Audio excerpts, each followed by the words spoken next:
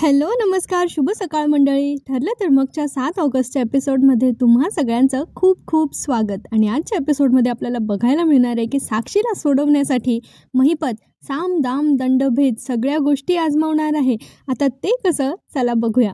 तर आपण कालच्या एपिसोडमध्ये बघितलं होतं की सुभेदारांच्या घरी श्रावण महिन्यातली पूजा होती आणि त्यानंतर त्या पूजेच्या दरम्यान त्यांच्या घरी कुणीतरी दगड आणि एका धमकीची चिठ्ठी फेकली होती, ज्यात लिहिलं होतं की आता वेळ अर्जुनचा जीव घेण्याची. आता त्यामुळे घरातलं वातावरण खूप पॅनिक झालं होतं. त्यानंतर अर्जुनने इन्स्पेक्टर सावंत यांना फोन करून आता त्यांच्या घराबाहेर सिक्युरिटी मागून घेतली होती.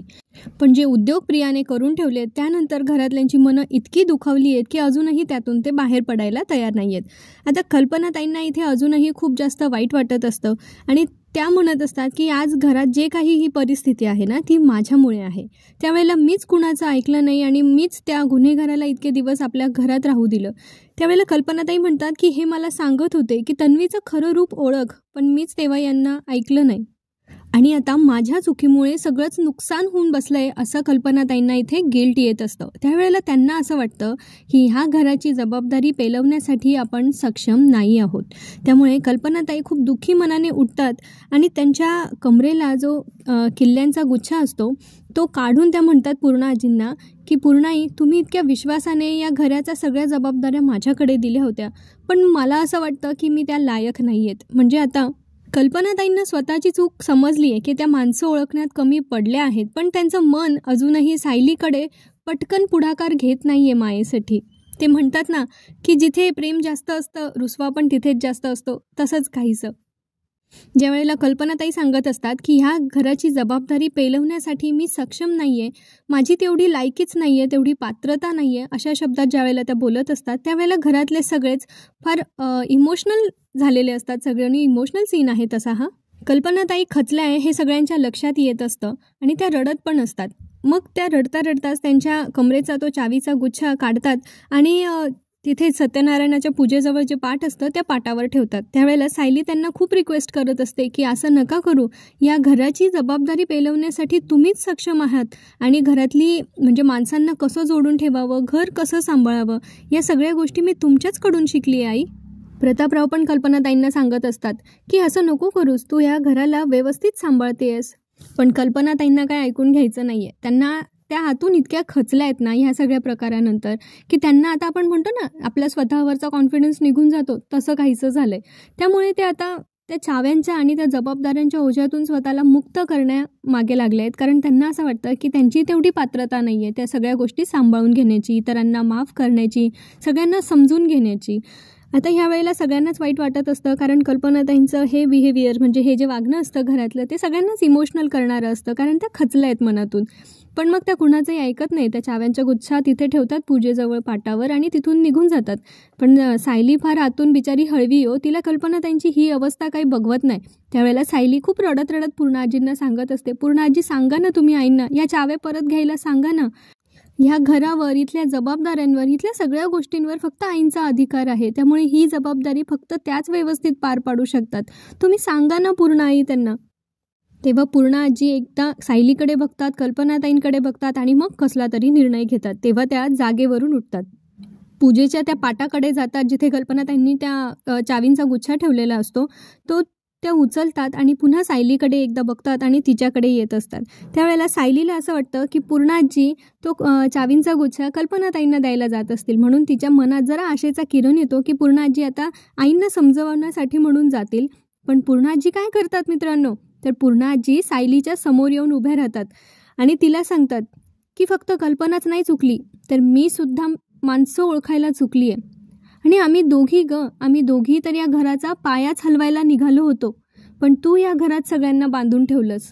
तू तन्वीच्या चुका वेळोवेळी आम्हाला दाखवून देण्याचा प्रयत्न करत होतीस, पण आम्हीच त्यांच्याकडे दुर्लक्ष केलं आणि सारखं त्या तन्वीला झुकतं माप दिलं, असं पूर्ण आजींना इथे म्हणायचं असतं.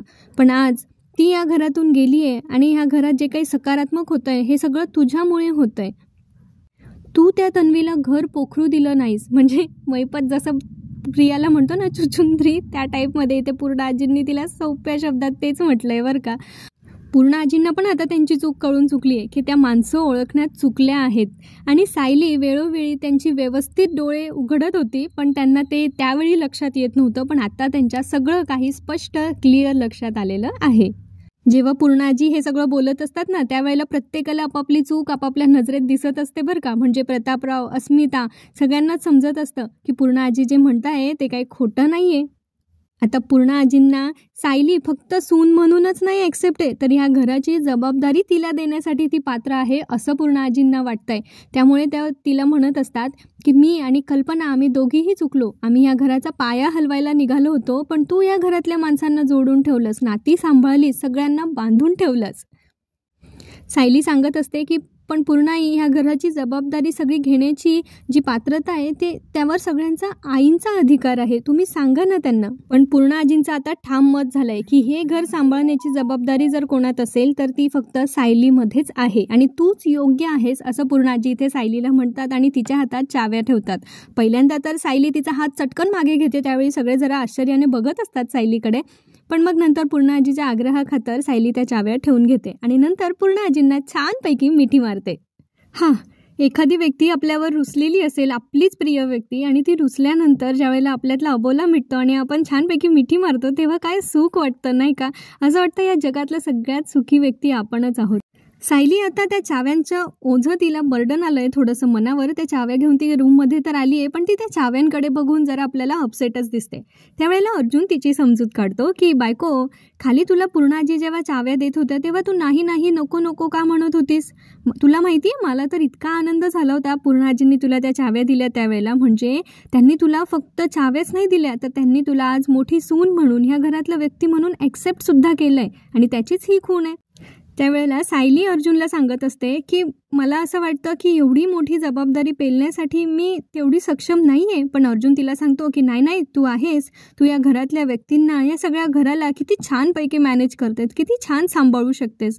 आणि पूर्ण आजीलाच नाही तर मला सुद्धा वाटतं की तू ना या घरासाठी एक परफेक्ट सून आहेस आणि ह्या गोष्टीची जबाबदारी घेण्यासाठी एक परफेक्ट व्यक्ती आहेस. पण सायलीला काही अजून तिच्या मनातून कॉन्फिडन्स नाही आहे, कारण तिला असं वाटतंय की पूर्ण आजींनी जसं सायलीला स्वीकारलंय ना, तसंच कल्पनाताईंनी सुद्धा तिला स्वीकारावं. त्यावेळेला सायली म्हणत असते की मला आहे ना ह्या चाव्या आणि हे अधिकार, ह्या जबाबदाऱ्या, या सगळ्या गोष्टी नको आहे. मला आहे ना आईंचं पूर्वीसारखं प्रेम हवं आहे. ज्या पूर्वी त्या माझ्यावर जसं प्रेम करायच्या ना, तसंच त्यांनी यापुढे करावं असं मला वाटतंय. आणि त्या गोष्टींमध्ये ह्या चाव्या आडव्या नको यायला असं मला वाटतंय. सो आता सायलीला कुठेतरी मनात भीती आहे की सायलीच्या हातात चाव्या दिल्या आहेत म्हणून कल्पनाताईंचा गैरसमज नको व्हायला. पण तिला नाही माहिती की कल्पनाताई आतून सुधारल्या आहेत, पण त्यांना ते ओठावर येत नाही आहे अजून. त्यावेळेला अर्जुन सायलीला सांगत असतो की तू अजिबात टेन्शन घेऊ नकोस बायको. या सुभेदार घराण्याला जशी सून हवी होतीस ना, तशी तू अगदी परफेक्ट आहेस. आणि नंतर अर्जुन आता आरशात सायलीला बघायला सांगतो आणि ते दोघंही आरशात बघत असतात. सायली काय गोड लाजते. हा. एकीकडे सुभेदारांकडचा आनंदी आनंद आहे आणि दुसरीकडे महिपतचा तिळपापड जळफळाट चाललाय नुसता.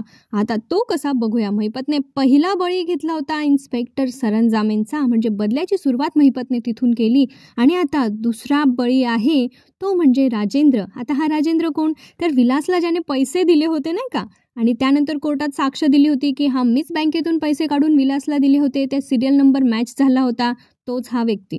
आता म्हणजे हा महिपतचा असाच एक गुंड माणूस आहे जो पैसे घेऊन कामं करतो महिपतसाठी. आता याने पण जो मार्ग निवडला आहे तो काही व्यवस्थित नाही आहे, त्यामुळे याला तर शिक्षा मिळणारच होती. आता त्या गुंडाला एकदम पिक्चर स्टाईलमध्ये बांधून ठेवलं आहे आणि आजूबाजूने 2 लोक त्याची चांगली पिटाई करतायत आणि तिकडे महिपत बसून त्या सगळ्या गोष्टींचा राक्षसी आनंद घेतोय. तो आतून खूप जास्त असा त्याचा अहंकार दुखवला आहे. दुःखी नाही म्हणता येणार आपल्याला त्याला, कारण दुःखी असताना तर तो एका कोपऱ्यात बसला असता. पण त्याला असं वाटतंय की महिपत शिकरेसारख्या माणसाच्या मुलीला अर्जुन सुभेदारने जेलात पाठवलंय, त्यामुळे महिपतचा इगो दुखावला गेलेला आहे. आता महिपत त्याच्या गुंडांना सांगत असतो, मारा त्याला, चांगलं मारा त्याला, त्याची कातडी सोलून टाका या गेंड्याची. त्याला एवढं मार खाताना बघून त्याचा मित्र म्हणजे महिपतचा अजून एक दुसरा गुंड एक पाळलेला, तो म्हणत असतो की साहेब आहो सोडा ना त्याला, चुकलं त्याचं, मी माफी मागतो त्याच्याकडून, हवं तर त्याच्या वतीने मी तुमची माफी मागतो. बरं, आता हा सीन मध्ये इंटरप्ट होतो आणि दुसरीकडे सायली अर्जुनचा सीन पुन्हा सुरू होतो. सायली खूप प्रेमाने त्या चाव्यांकडे बघत असते. खरं तर तिला सत्ता, जबाबदाऱ्या तर ती छान पाळतेच, पण अगदी असं की तू या घरातली सून आहेस म्हणून किल्ल्या तुझ्याकडे ठेव ह्या टाईपची सायली नाहीये. तिला या सगळ्या गोष्टींची मोहमाया कधीच नव्हती. तिला फक्त या चाव्या पूर्णाजींनी दिल्या म्हणजे त्या विश्वासाचं तिला कौतुक वाटत असणार आहे. त्यामुळे आता सायली म्हणते जमेल ना मला. तेव्हा अर्जुन तिचा कॉन्फिडन्स बूस्ट करत म्हणत असतो ऑफकोर्स जमेल. आणि आता तो सायलीच्या पदराला त्या चाव्यांचा गुच्छा बांधतो आणि म्हणतो ऑल युअर्स, म्हणजे सगळं काही तुझं आहे. तेव्हा आता सायलीला पण अर्जुनच्या ह्या गेस्चरनंतर थोडासा कॉन्फिडन्स आलेला असणार आहे बरं का. अर्जुन सायलीला म्हणतो की ह्या घराची जबाबदारी पेलवण्यासाठी तू परफेक्ट आहेस, कारण तू कधी कुणाचं मन दुखवत नाही, कधी चुकीचं वागत नाही, कुणाला हर्ट करत नाहीस. आता सायली म्हणते मी हे सगळं करणार आहे, पण तुम्ही असणार ना माझ्यासोबत. त्यावेळेला अर्जुन तिच्या हातात हात घेऊन तिला म्हणतो हो मग मी तर असणारच आहे ना.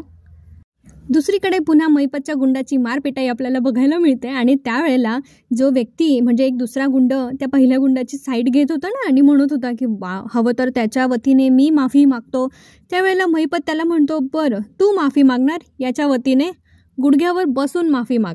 आता त्यावेळेला तो गुंड गुडघ्यावर बसतो, बिचारा हात जोडतो आणि सांगत असतो की याच्या वतीने मी माफी मागतो, पण महिपत त्याचं वाक्यसुद्धा पूर्ण होऊ देत नाही. त्याच्या आत त्या व्यक्तीला गोळी झाडतो त्या गुंडाला आणि तो बिचारा जमिनीवर कोसळतो.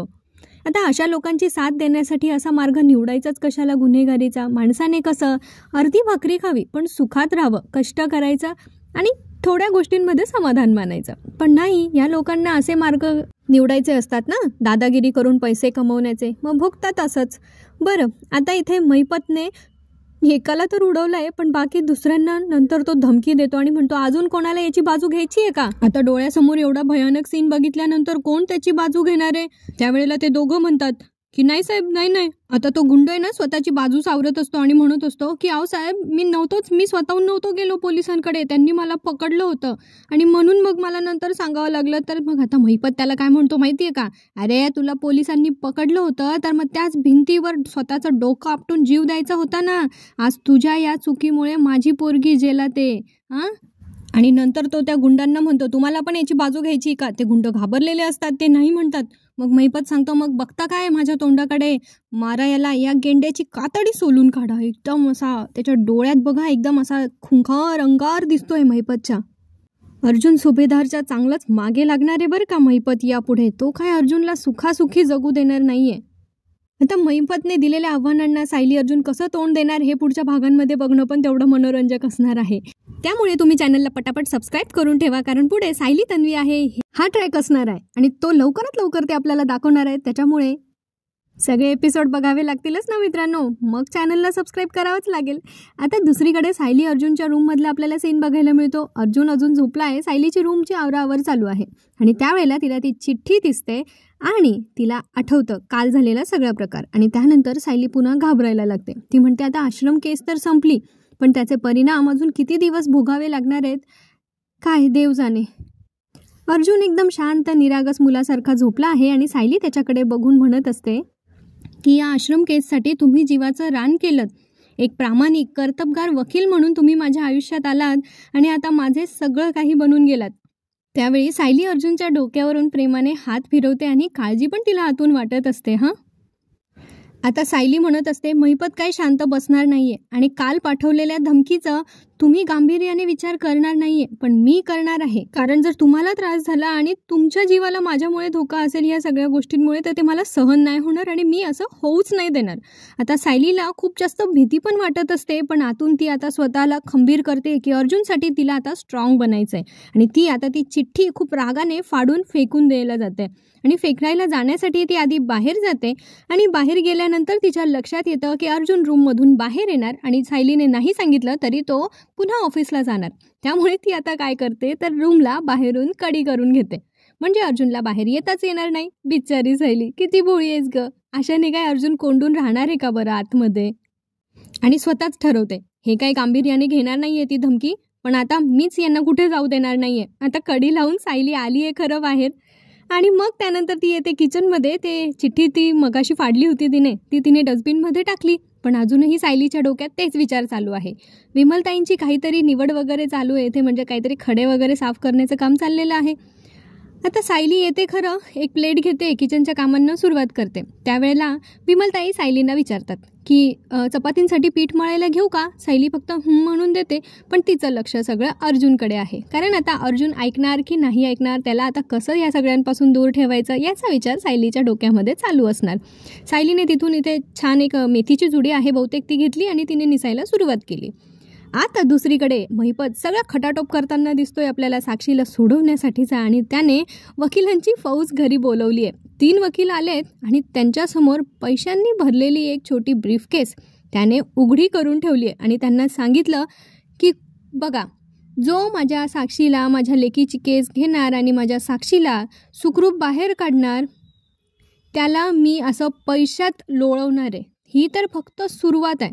म्हणजे वरच्या कोर्टात ज्याने अपील केलं, म्हणजे कोणीतरी एकाने केस घ्यावी म्हणून ही पहिली छोटी पेटी आता महिपतने दिली. त्यानंतर वरच्या कोर्टात अपील केलं, नुसतं अपील जरी केलं ना तरी अजून एक बॅग देणार आहे. आणि त्यानंतर साक्षी सुटल्यानंतर जेवढ्या मागाल तेवढ्या बॅगा आता महिपत तिथे देणार आहे. आता ह्या सगळ्या वकिलांना घाम फुटायला लागला आहे, कारण महिपतला तोंडावर नाही म्हणू शकत नाही आहे कोणी. दुसरीकडे आपल्याला आता अर्जुन बिचारा आत्ता कुठे जागा झाला आहे.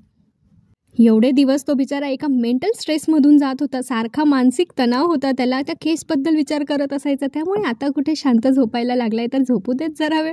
आता अर्जुनला जाग आली आणि जाग आल्या आल्या त्याला असं वाटतं की आता त्याची बायको त्याला ओरडणार, लेट झालंय. सो आता अर्जुन येतो आणि त्याच्या लक्षात येतं की कुणीतरी दाराला बाहेरून कडी लावली आहे. त्यावेळेला प्रतापराव पण जिन्यावरून येत असतात आणि सायली प्रतापरावांकडे बघून इकडे जरा स्वतःचे जीभ दाताखाली दाबते, कारण तिच्या लक्षात येतं आता यांना कळणार मी बाहेरून कडी भरून आली आहे. आता प्रतापराव म्हणतात, अर्जुन असा का ओरडतोय आतून? तेव्हा सायली म्हणते, थांबा बाबा मी बघते, आणि ती आता प्रतापरावांच्या आधीच रूमकडे जाते. दुसरीकडे आता हे वकील महिपतला काय सांगताय ऐकूया. महिपत इथे म्हणत असतो की तुमच्या पुढच्या 7 पिढ्या ज्याला बसून खायचं असतील ना तो आमची केस घेणार. त्यावेळेला एक वकील जरा हिम्मत करून बोलतो की सर, विलास मर्डर केसची जी केस होती ती पूर्ण महाराष्ट्राने बघितली आहे आणि ती केस अर्जुन सुभेदार यांनी कशी जिंकली आहे हे पण आपण बघितलं आहे. अहो, त्याचे तर कित्येक वर्ष अजून पुढे त्या केसचे उदाहरण दिले जाणार आहेत.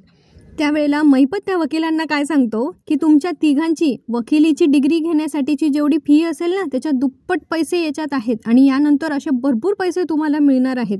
फक्त तुम्हाला माझ्या साक्षीला सोडवायचं आहे. आता त्यातला एक वकील म्हणतो, अहो साहेब, अर्जुन सुभेदाराच्या विरोधात कोण केस लढणार नाही का, जे दामिनी देशमुखला सुद्धा नाही जमलं. त्यानंतर महिपत म्हणतो, म्हणून तर तुम्हा लोकांना बोलवलं आहे ना, तुम्हाला दिली आहे ही संधी, ही पैशांची बॅग घ्यायची आणि केस घ्यायची. पण जिथे दामिनीने हात वर केले तिथे हे वकील तरी कसे काय करणार नाही का, महिपतची साथ कशी देणार. दुसरीकडे आता सायली पोहोचली आहे रूममध्ये, बाहेरून कडी उघडली, गेली आतमध्ये. आता अर्जुन तिला म्हणतो, अरे कोणीतरी बाहेरून कडी लावली होती. ते त्याला विचारायला काय माहिती, सायलीनेच लावली होती. त्यावेळेला सायली म्हणते, हो तुम्ही शांत व्हा, मीच लावली होती कडी. अर्जुन म्हणतो, अहो पण मला बाहेर जायचं आहे ना. सायली म्हणते, तुम्ही या खोलीच्या दाराच्या बाहेर पाय सुद्धा ठेवायचा नाही आहे. त्यावेळेला अर्जुन म्हणतो, माझ्या मीटिंग्स आहेत, मला चहा नाश्ता घ्यायचा आहे. त्यावेळेला सायली म्हणते, मीटिंग्स ना, ते घरून काम करता येतं ना हल्ली, काय म्हणतात त्याला, वर्क फ्रॉम होम. तर अर्जुन म्हणतो, नाही पण मला बाहेर जावं लागेल. तेव्हा सायली म्हणते, का, तुमची आज कोर्टाची तारीख आहे. अर्जुन आता पुढे काय बोलणार, तो शांत बसतो. पण तो नंतर सांगतो सायलीला की पूर्ण आजीला आपापल्या खोलीत बसून नाश्ता वगैरे केलेलं अजिबात आवडत नाही. पूर्ण आजी काय म्हणते की फार थोडे कुटुंब, थोडे परिवार असे राहिलेत की जे एकत्र बसून नाश्ता करतात आणि आपली फॅमिली त्यातलीच एक आहे. त्यामुळे मला नाश्ता आणि चहा कॉफीसाठी तर एकत्र बसायला खाली यावंच लागेल ना. आता अर्जुनच्या या बोलण्याला सायली फसते. सायली बाळा, अगं तो वकील आहे, तर तुझ्या पुढे असणार आहे 4 पाऊल. सायलीला आता इथे जरा काही बोलावं सुचत नाही. दुसरीकडे आता महिपतला हे सगळे लोक वकील जे आहेत हे महिपतला सांगत असतात की आम्ही आपापसात ठरवतो, थोडासा विचार करतो आणि मग तुम्हाला कळवतो. महिपत आता पार हताश झाला आहे मित्रांनो. आता त्याला असं वाटतंय माझ्याकडचे आहे नाही ते सगळे पैसे मी कोणाला तरी देऊन टाकावे आणि त्याच्या साक्षीला जे आहे ते जेलामधून सोडवून टाकावं. पण तेवढं सोपं नाही आहे ते. अर्जुनने केसच तशी लढली आहे. आता हे सगळे वकील विचार करतायत म्हटल्यानंतर महिपत काय करतो, त्याच्याकडचा तो मोठा सुरा काढून बसतो. त्या म्यानातून जशी तलवार काढतात ना तसा काढून बसलेला असतो. आता एवढं असल्यानंतर त्या वकिलांना काय सुचणार बोलायला. ते म्हणतात की आम्ही विचार करतो, आपापसात ठरवतो आणि मग येतो ना, आम्ही परत येणार आहे. त्यावेळेला महिपत त्यांना म्हणतो, आणि टांग दिली तर, ही टांग तोडून टाकेल अशी धमकी दिली आता महिपतने त्यांना. पण मग ती लोक शेवटी आता लगेच काही उत्तर देत नाही. ते म्हणतात नाही नाही महिपत साहेब, आम्ही सांगतो ना तुम्हाला, सांगतो ना. त्यामुळे महिपतने त्यांना एक चान्स दिला आहे की जा बरं ठीक आहे मला कळवा. आता महिपतलाही तेवढा काय कॉन्फिडन्स नाही आहे की याच्यातलं कोणी यांची केस घेईल म्हणून, कारण महिपत म्हणतो याच्यातला असा एकही मर्द मला वाटला नाही की तो त्या अर्जुन सुभेदार विरुद्ध लढेल. मला तरी वाटतंय ना असे छोटे मोठे डावपेच महिपत खेळत राहणार आहे, पण जेव्हा त्याच्या हाती काहीही लागणार नाही त्यावेळेला मात्र तो अर्जुनच्या जीवावर उठण्याचा नक्कीच प्रयत्न करणार. बघूयात पुढे काय काय होत आहे. आता सायली अर्जुनला खूप समजवत असते, पण तो अर्जुन पण काय ऐकत नाही आणि ती सायली ही पण काय ऐकत नाही. मग शेवटी अर्जुन म्हणतो अगं पण मला बाहेर का नाही जाऊ देते. त्यावेळेला सायली आजचा वर्तमानपत्र घेऊन येते त्याच्यासमोर आणि त्याच्यात त्याची रास असते की बायकोचं नाही ऐकलं तर पश्चाताप होईल. अर्जुन तिच्याकडे जरा वेगळ्या याच्याने बघतो आणि मग फनी वेने तो घेतो आणि म्हणतो ते भविष्य वाचण्याची काय गरज आहे, ते तर प्रत्येक नवऱ्याला माहिती आहे की बायकोचं नाही ऐकलं तर नंतर पश्चातापाची वेळ येते. तरी पण अर्जुन असं वागतोय. किती गोड आहे ना. आता सायलीला असं वाटतं की अर्जुन चेष्टा करतोय म्हणून ती चिडते जरा त्याच्यावर आणि त्याला म्हणते की मी तुम्हाला कुठेही जाऊ देणार नाहीये. ठीक आहे तुम्ही नाश्ता करायला खाली यायचं, पण अगदी कारंजांपर्यंत सुद्धा नाही जायचं, म्हणजे अगदी दाराच्या बाहेर पाऊलच नाही ठेवायचं.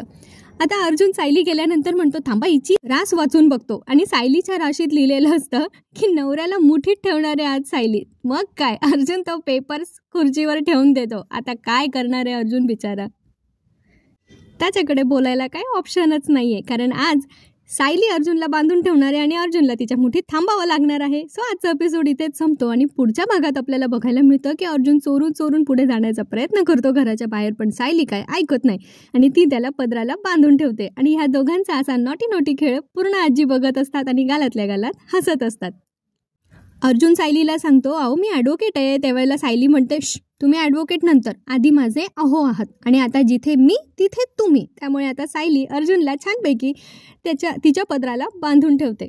आता त्यानंतर आपल्याला दाखवलं आहे की अर्जुन स्वतःला सोडवण्यासाठी प्रयत्न करतो. तो वॉशरूमला जात असतो त्यावेळेला सायली त्याच्या पदरालाच बांधून ठेवते. तेव्हा अर्जुन म्हणतो की मी फार फार तर एक पाऊल पुढे जाऊ शकतोय, प्लीज मला सोडा. तेव्हा सायली त्याला सोडते आणि त्यानंतर अर्जुन सायलीचं कुठेतरी लक्ष असताना रूममधून तर बाहेर येतो आणि बाहेर जाण्याचा प्रयत्न करतो. ऑलरेडी चैतन्य घरी आलेला असतो आणि अर्जुन आणि चैतन्य फरार होण्यामध्ये यशस्वी होतात. त्यावेळेला सायली त्याच्या मागे मागे पळत जाते आणि मग सायली पूर्णाजींना म्हणते बघा ना पूर्णाजी. त्यावेळेला पूर्णाजी म्हणता अगं मग असं बांधून ठेवतात का.